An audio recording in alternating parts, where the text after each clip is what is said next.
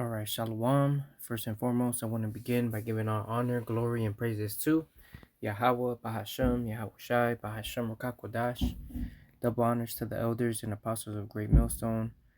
Shalom to you, brothers that are laboring and pushing this word in truth and sincerity and charity. I'm the brother Abraham from the camp here in GMS Chicago, coming back at you with another lesson.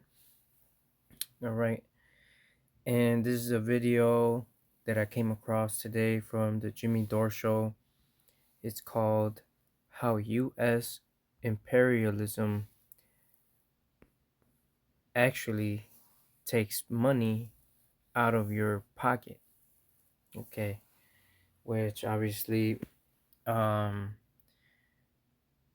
lot of U.S. tax dollars that the American people pay goes to fund a lot of wars and weapons for the U.S. to produce and continue its imperialism, which I'll bring out that definition in a sec. Okay, how it continues to conquer the world. So our tax dollars go exactly to this. Okay. So I'm going to let you listen to this video. I got a few scriptures that came to mind that I want to bring out. And let's go ahead and get started. Let me just play this last video clip, which is a great clip. And he's going to explain, imperialism. And let's listen. If you say U.S. imperialism or Western imperialism, they'll say, you're being ideological, aren't you? What are you talking about? Oh, do you have a conspiracy theory? This reminds me, there's something I want to add to this lecture, but I forgot to. Just wait a second, since we're waiting for the sound.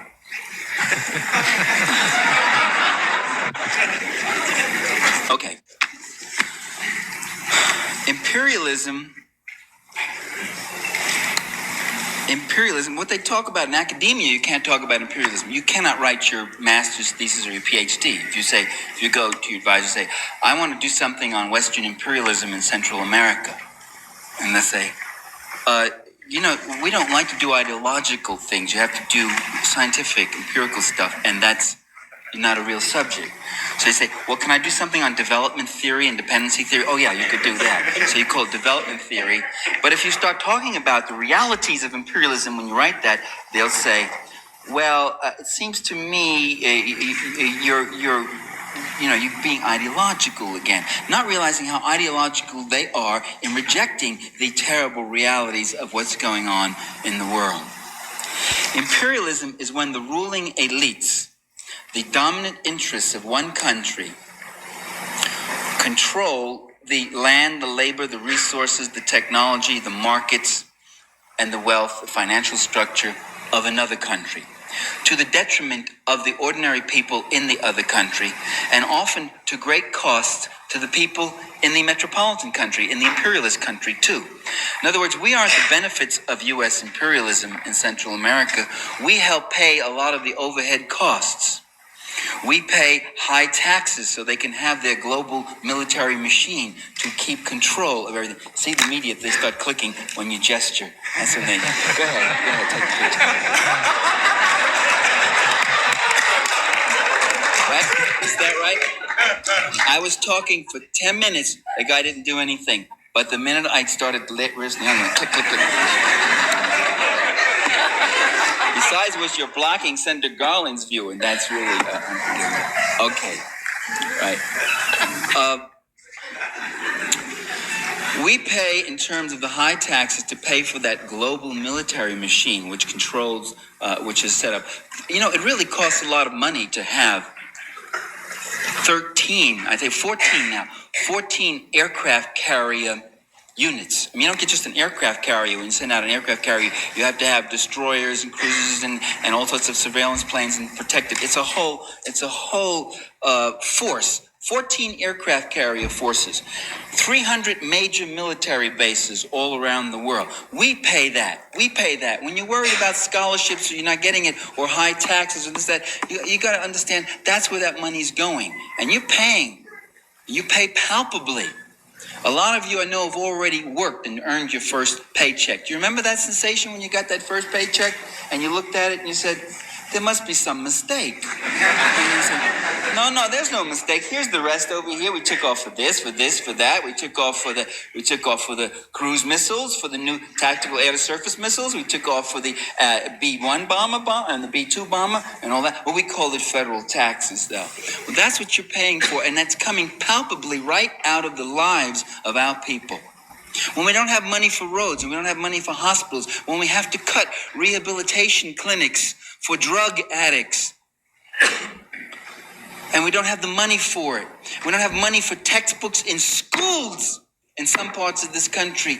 It's because that money is going to pay for the overhead costs of imperialism, to protect and maintain a U.S. force throughout the world, to protect that class that George Bush belongs to protect his friends of that class. And to protect that class, you have to protect that system that serves that class. And to protect that system, you have to protect that military, that global military establishment that protects that system. We also pay in terms of the export of our jobs. Our jobs go to Central America, Asia, Africa. And General Motors closes down plants and eliminates jobs. What GM doesn't tell you is that when they close plants down here, they're opening plants in Indonesia and Brazil and South Korea and those places. For 15 years, I've been hearing about General Motors closing plants, General Motors taking a beating, General Motors laying off workers, General Motors. That's it. What you don't know, yet last month, the Fortune 500 came out, and the biggest, richest industrial corporation in America is what? General Motors. General Motors is the biggest. And General Motors now says, we're not an American corporation. We're international. We don't belong to any one country. Of course they don't want to belong to any one country. They want to be above the laws of all countries. They're up there. But when their interests are at stake, then they get very socialistic. They come to the public treasury, to the public taxes, and they ask for our money to build up the public military forces to protect their private wealth. That's what imperialism is about.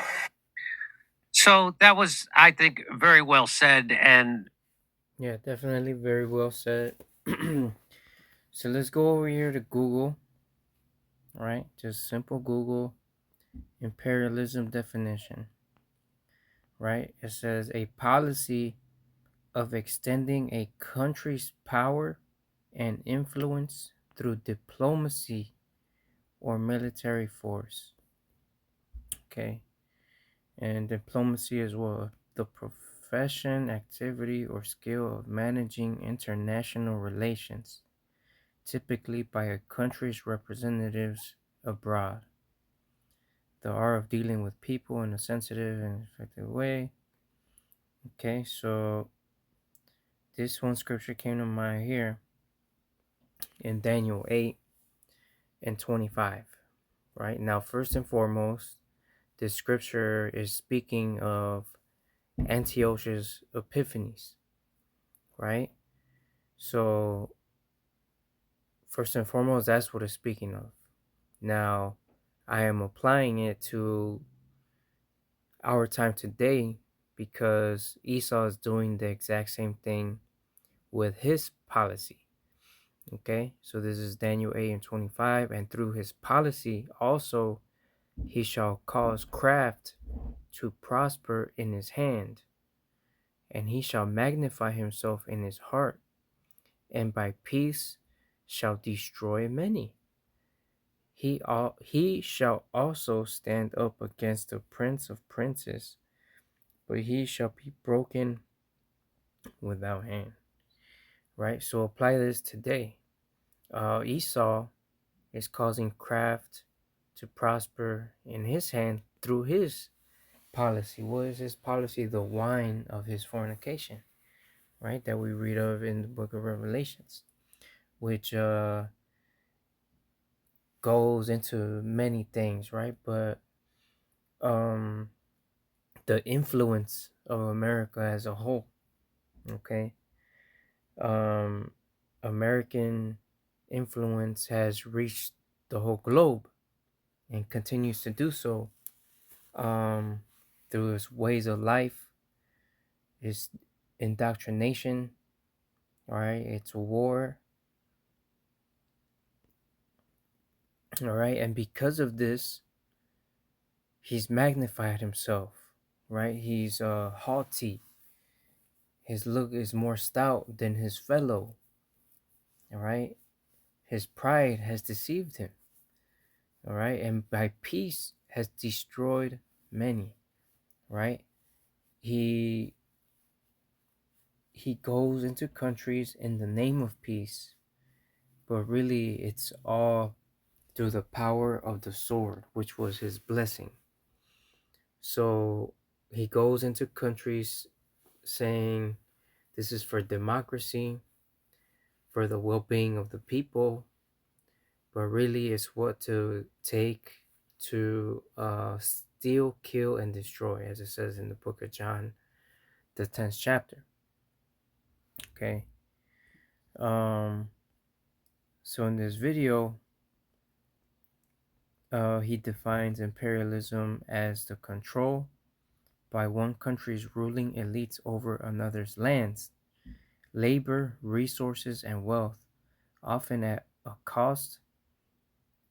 great cost to the ordinary people in both the exploited and the imperialist country.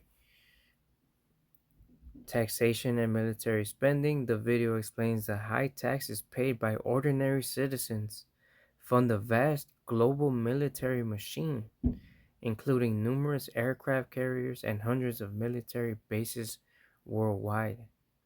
This money diverted to military overhead results in underfunded domestic services like roads, hospitals, and schools.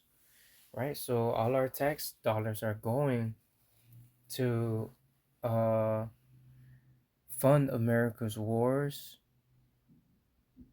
America's weaponry, the war that's going on in Ukraine. Where do you think they're getting most of that money? From U.S. tax dollars. All right, it says job export and deindustrialization highlights how U.S. corporations like General Motors export jobs to other countries while closing plants domestically. These corporations then rely on public funds and military power to protect their private wealth abroad, leading to deindustrialization and job losses in the U.S. All right. And this is why America is now the largest import country in the world. They import all these things from other countries, but what are they producing and exporting to other countries other than the wine of his fornication, right? Wealth transfer. The discussion reinforces that wealth in America is transferred from the working class to the oligarchs, leaving ordinary citizens worse off. Christian Parenti also discusses the pressure of being the son of a prominent intellectual. All right, so let's get a couple more scriptures. This is Revelations 18:3. For all nations have drunk of the wine of the wrath of her fornication, right? Which again goes into the influence that Esau, America, has spread all over the world, right? When you drink wine, you get intoxicated. So what have these nations been intoxicated with? The influence of America. All right, it says, and the kings of the earth have committed fornication with her, and the merchants of the earth are waxed rich through the abundance of her delicacy. So They made league with America. They thought they were gonna get rich, which they made some money and profits and all that, but they're starting to see this devil's horns, and they've woken up from their intoxicated state.